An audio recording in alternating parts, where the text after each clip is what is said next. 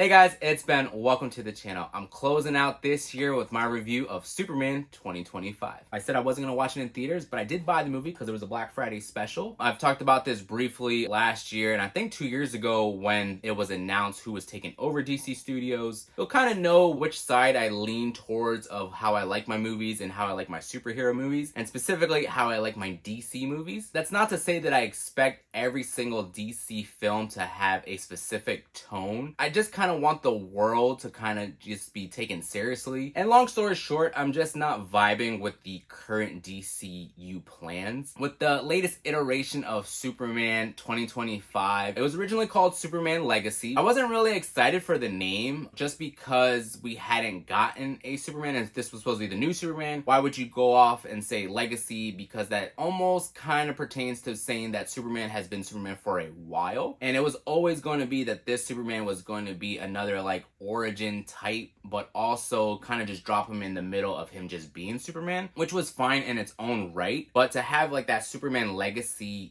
title, it's almost pertaining to saying that this is going to be the best version of Superman, and this is going to be the Superman that's been Superman for ages, And my problem with that is because we had Henry Cavill as Superman originally, to have the Superman Legacy kind of almost sounds like you're going to be talking about the Superman that happened from before and not a brand new Superman. Furthermore, I wasn't a fan of when Gunn actually renamed the Superman Legacy to Superman 2025, specifically because now when you look up Superman, it's going to always give you all the Superman. It's not going to just give you Christopher Reeve Superman anymore. It's not going to give you Henry Cavill or even Tyler Hoechlin, or even the new David Cornsweet, Superman. It's going to give you everything. And so before, I wanted Superman Legacy, to be its own thing, just because now that's specifically a certain Superman. But now with the title change of Superman 2025, and it's not just me saying Superman 2025, when you look up your digital title of Superman, it actually has it in parentheses that it is the 2025 version,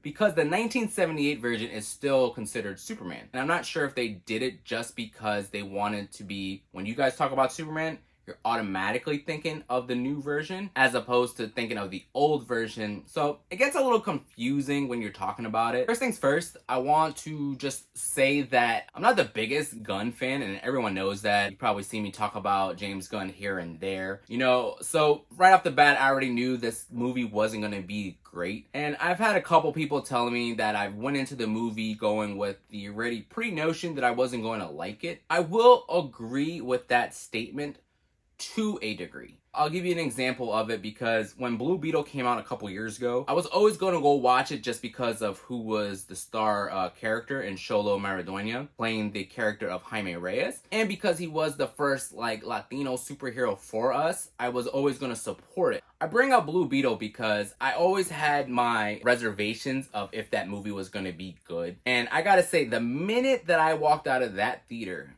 I was, blown away by the entire film.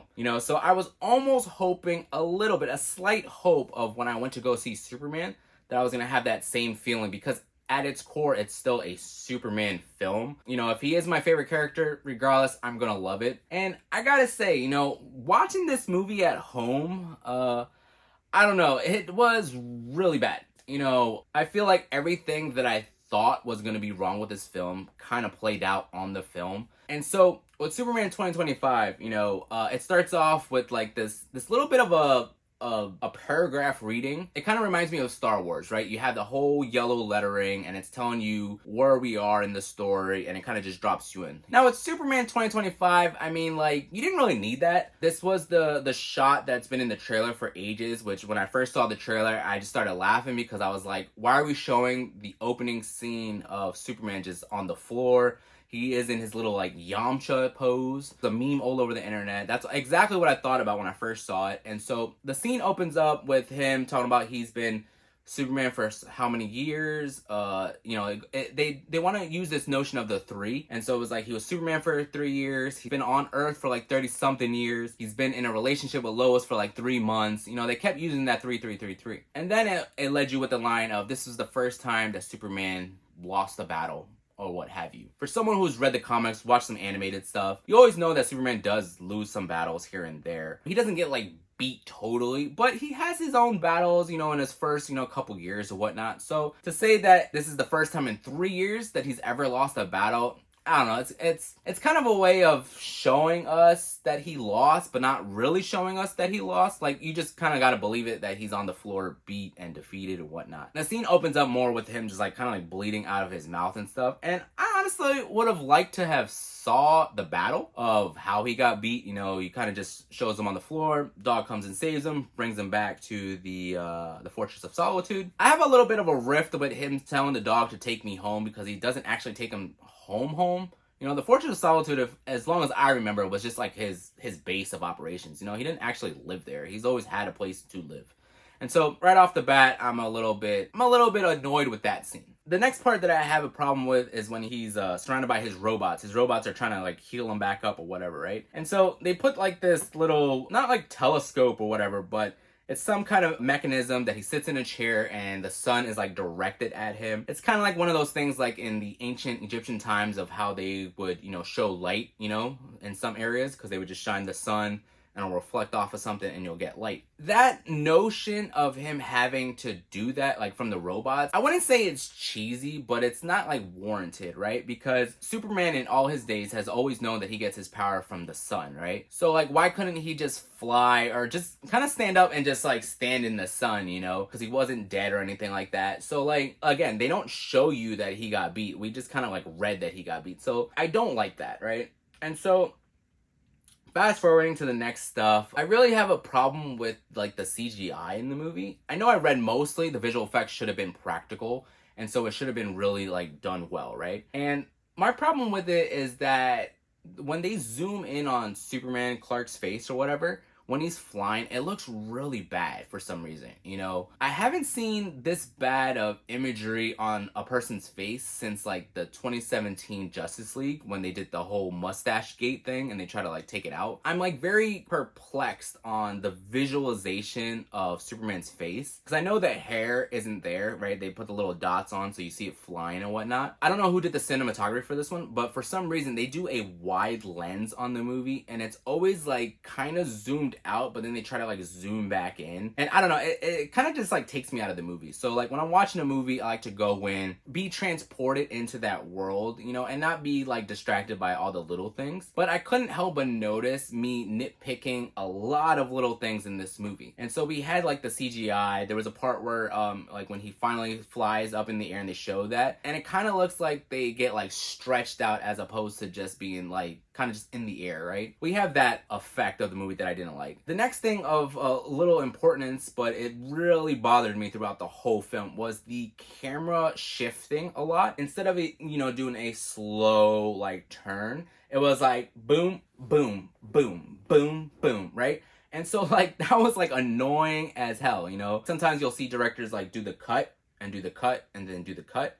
But like for some reason, Gunn wanted to do like a quick shift and then a quick shift back and then a quick shift back this way and then back and then go this way, right? So those are like the little things that I really had a problem with. You know, before the movie, I wasn't a fan of the suit that they were going with.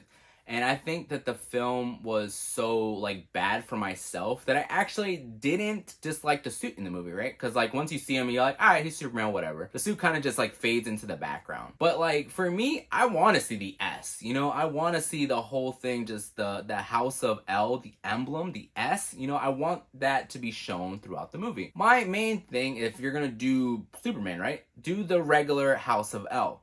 Or if you're going to do the new Superman, do it from like the, you know, the Action Comics, the first issue, like that weird S that he had originally, right? Show that. You can go on and on about how certain people want comic accuracy, how certain things aren't comic accuracy. Like, so his emblem already is like the Kingdom Come Superman, which is like a totally different Superman, you know, story. Which, again, they could have told that story, but we're to believe that this is supposed to be like the Earth one. Whatever. The one character I didn't have a problem with was probably Lois, right? She was there to ask questions. She was there to show the truth, you know, and she was also there to be Superman's girlfriend, whatever. The characters that I did have a problem with, I had a problem with the new Hawkgirl. She wasn't the version that I thought she was going to be, so I didn't have an issue with that. I just had the issue of her just kind of just being there. I mean, They didn't really show how the group formed, why they were all together. And so the other character I had an issue with was a character called the Engineer. Didn't know much about that character, which is fine, but at least give us some kind of backstory of who they are or why they're there, right? And the only thing that they did for this character was for her to curse in Spanish, which was kind of like out of left field, It was just like, all right, let me just drop this line, drop this line, drop this line. We're showing that support of inclusion. And the thing that I don't like about James Gunn in all his movies is that, like, he'll include a lot of people from different backgrounds, but they don't bring any of that into the movie unless it's like to show for like a laugh here and there. He doesn't let them show why they're doing this. You're just there to accept it. And in this instance, I didn't accept it, It was a dumb moment. If you wanted to have like that inclusion in the movie, show Blue Beetle, have his family show up. Don't show some random character and just be like, oh yeah, she speaks Spanish, so that's our inclusion. Now, we also had Mr. Terrific. He's an okay character. I like them in the animation. I like them in the CW, whatnot. But I still have an issue with his tea mask. This is like the modern era of, comics and filmmaking and stuff. I feel like we could have went and did something with his mask instead of it being the black tea. You could have did the red tea that he has sometimes in the comics or whatnot, or just find a way that not to have the mask on. I don't know, do a regular mask. I know it's like, it does something for his character, but in the movie, they don't really notate what it does. I don't know. It looks goofy, and I know comic accuracy, that it is what it is. I just didn't like that character as well. He kind of was just like the token black dude for the movie. I know we had Perry in the movie like briefly, but like for Mr. Terrific, he was just like kind of there. He dropped some lines. They were supposed to be funny. The person that I kept thinking of him in a movie was when RDJ played that dude in Tropic Thunder. And so like that was the character that I thought about, because I felt like he was a parody of a character as opposed to being his own fleshed out character. And I know a lot of people loved his scenes, and he had like an action scene that was okay, and it was like for like 10 seconds. For the grand scheme of like the entire film, I think if you took that character out of the movie, it still would have been an okay film. And so the other character we got is the Green Lantern,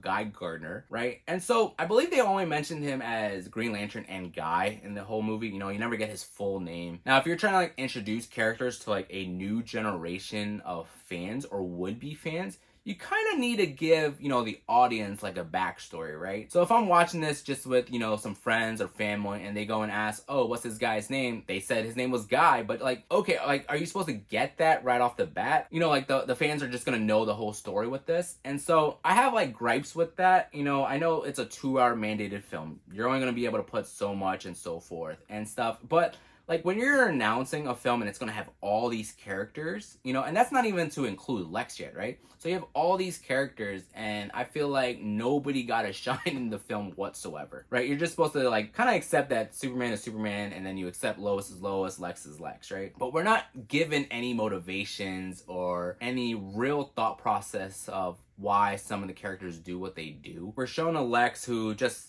kind of hates Superman, but they don't really say why he hates Superman. Me, I've read the comics. I've seen some TV stuff. I know why Lex hates Superman, but like for people, again, new generation, they don't understand why he's doing what he's doing. He's just kind of just doing stuff to do stuff, right? You take the dog, you make the joke. He has a whole crew that is controlling this clone Superman, so it is what it is. If you guys have seen my Shazam review, too anyway, and kind of some of the stuff that I've talked about also with like Deadpool and Wolverine, with those issues that I have with the film. My biggest gripe with that film is actually Zachary Levi, who plays, the grown-up version of Billy. Like I have that problem with that film. And then when you have Deadpool and Wolverine, like I didn't like that film because I don't really like Deadpool and Ryan Reynolds. And so it's the same thing in this film, where I don't necessarily dislike the guy who plays the new Superman and Clark Kent. However, I have a problem with his character in the film. And so if you're gonna tell me that,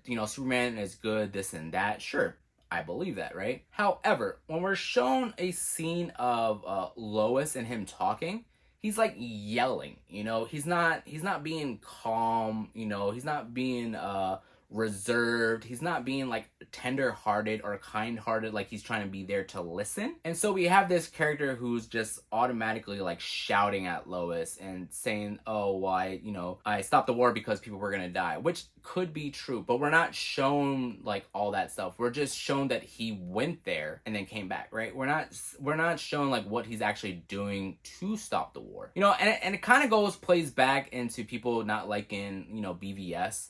It's the same story, just in a simplified version.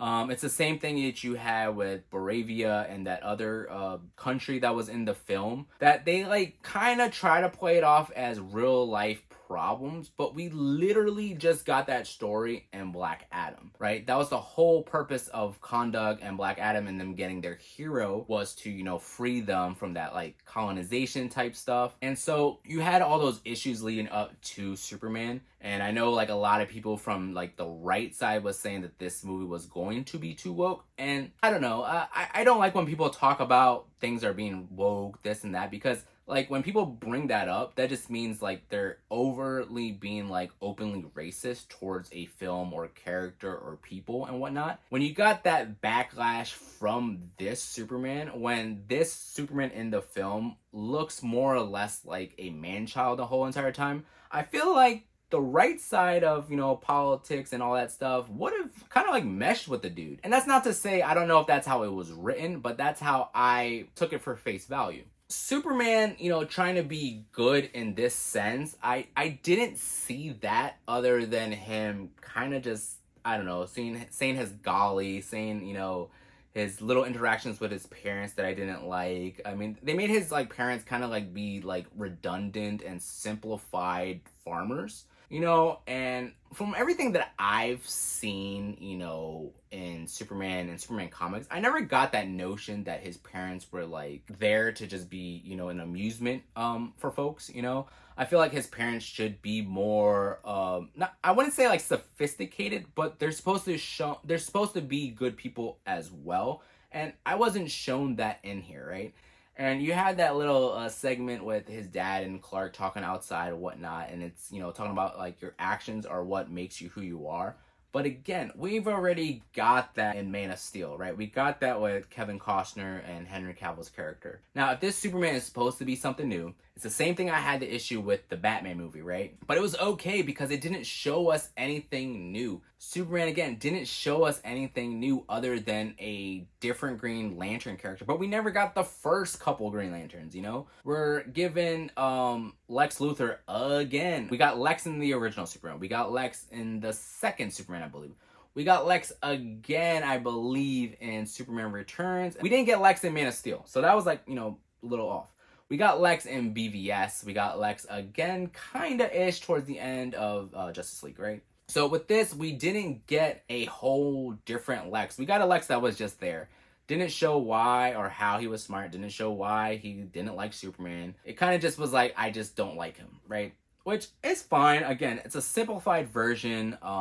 If you like this version, like that's cool. But like when I tell people that I don't like the version, I give the reasons why I didn't like it, and then their rebuttal is just, you don't understand Superman, I kind of just laugh or shake my head, because it's like, you aren't giving me any good reasons of why you feel like this is Superman, other than saying this is comic accurate Superman. I have my issues with those kind of folks, because like, if you like a certain thing and it's good, 9 out of 10 times you'll show it to someone like you're friends with or your family with, and if you guys have the same kind of belief system or morality system, you'll kind of feel the same way, but oh, I really like this movie, I'm gonna show it off, blah blah blah, and they're gonna think that it's good. I don't have that with this film. People said it was good. I watched it. It was unwatchable for me. It's also not like a kid's movie, right? I know that some of these movies are PG-13 because of like the action and kind of like the violence here and there, but I feel like this movie wasn't something that I would show my kid. Even though they watched it with me, they were very uninterested in this one. But I had them watch the Superman Returns one, right? And they liked that one because that one showed a more like hopeful Superman. But Superman 2025, we don't have that. It's all over the place. It's going left, right, up, down. It's never stuck in one spot, right?